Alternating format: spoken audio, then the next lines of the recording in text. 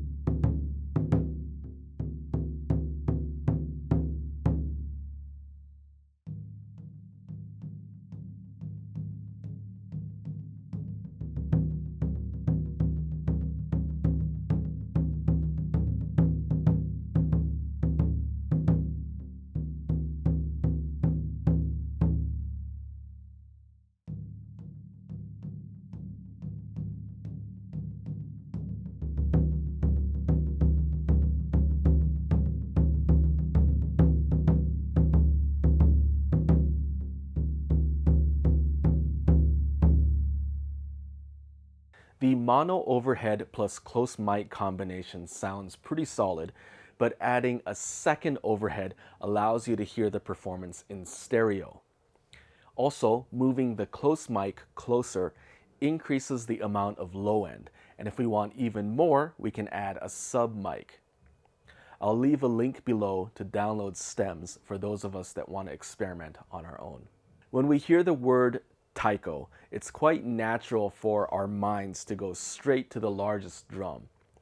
However, I find that in the context of a mixed production, it's usually the mid-sized taiko that carry the ensemble. In order for the mid-sized taiko to have the appropriate size and momentum, I'll usually overdub myself playing the exact same part multiple times. For this example, I'll record one take on the 18-inch drum, a second take on the 16-inch drum, and a third take where I'll play both drums at the same time.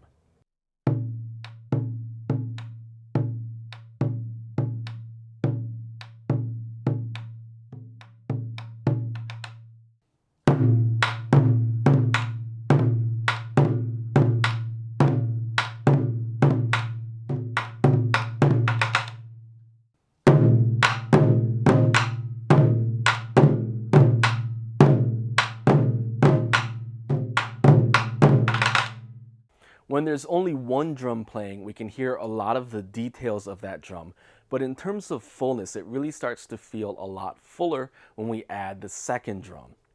And finally, when we add the third take where we played both drums, we're now hearing a total 4 drums, which really adds to the thickness of the sound.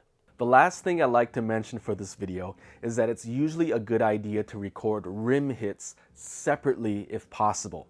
This is because notes played on the rim are much quieter than notes played on the drum head. Recording the rim hits separately gives us control over the balance between notes on the rim and notes on the drum head. In this case, I'll reinforce the rim hits by layering in the take with only rims.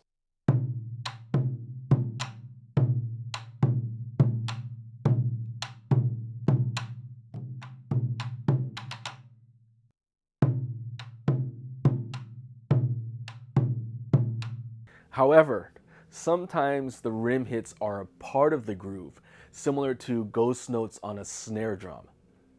Recording the rims separately might sacrifice some of the continuity of the groove. In this case, setting the close mics further away will result in a more balanced sound between the drum head and rims.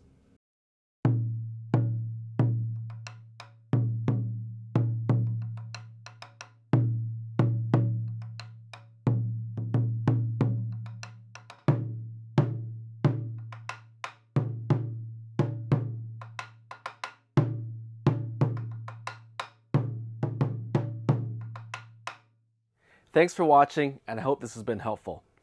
This video has been brought to you by Musiversal, the world's #1 membership for media composers. Gain access to world-class session musicians, vocalists, producers, and audio engineers at Musiversal. Thank you always, and have a wonderful day.